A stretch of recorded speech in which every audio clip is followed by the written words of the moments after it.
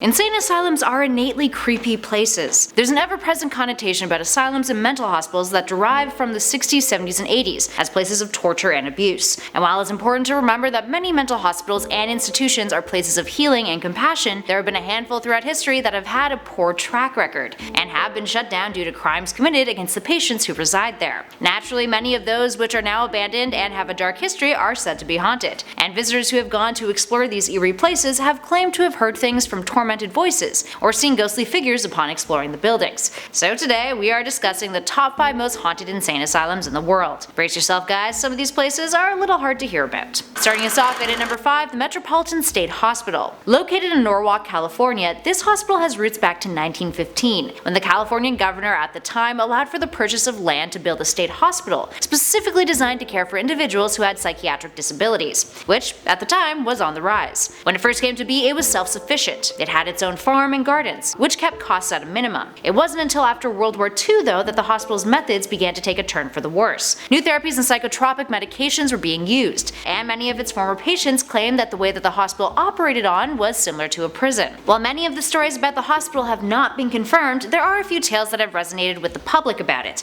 particularly the one known as the Hospital of Seven Teeth. In 1978, a patient was said to have gone for a walk on the grounds but never returned, having been murdered by a fellow patient named Melvin Wilson, who confessed to the police in 1980. He had dismembered her body and placed it in 3 separate graves, and kept her teeth as souvenirs. Now, the hospital itself was closed in 1992, with most of the building demolished by 2009, minus the hospital's administration building. Moving on to number 4, Beechworth Lunatic Asylum. Beechworth is located in Australia, and was operational for 128 years before it was closed in 1995. Now, according to the stories, over 9,000 patients had died while being treated there, and those who visit it today claim to see faces floating in the building's windows. Its structure was interesting. They used a variation of wall structure called the ha-ha wall to keep patients inside the courtyard. These walls consisted of a trench dipping down towards the wall so that it presented a taller looking wall to prevent anyone from trying to escape by climbing, all while looking like a regular wall on the outside, so the asylum did not give off the impression of a prison. Getting out legally was even more difficult though. Patients who only required 2 signatures to enter required 8 signatures on their paperwork in order to be discharged. It's also said that the man who used to transport the dead bodies out of the asylum killed himself there,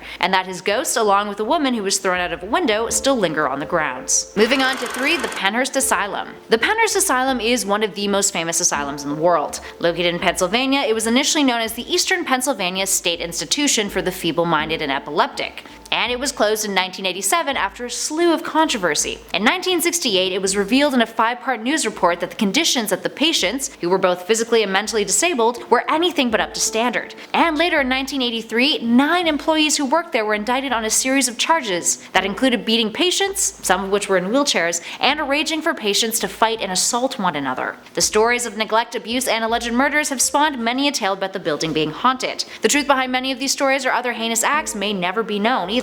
The institution was first commissioned in 1903. After its closure, many of the patients' belongings were left abandoned inside the building, and tourists have often claimed to hear spooky things on the asylum's grounds. There's even an alleged audio recording of voices shouting, "I'll kill you, go away, and why won't you leave?" along with reports of objects moving around the building and visitors being pushed while there. And at number 2, Trenton Psychiatric Hospital. The Trenton Psychiatric Hospital has a dark history, and it was the first public medical hospital in the state of New Jersey, opening in 1848. One of the staff members, Dr. Henry Cotton, the medical director, believed that infections were related to mental ailments. His theory, based on medical discoveries concerning the creation of syphilis, was that mental illness was caused by bodily infections, so one had to remove the infected areas in order to cure the mental illness.